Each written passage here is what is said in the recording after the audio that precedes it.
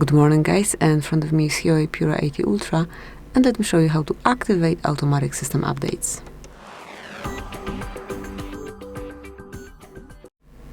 So at first open the settings, then find and select System and Updates, go to Developer Options, and now you have to locate automatic system updates.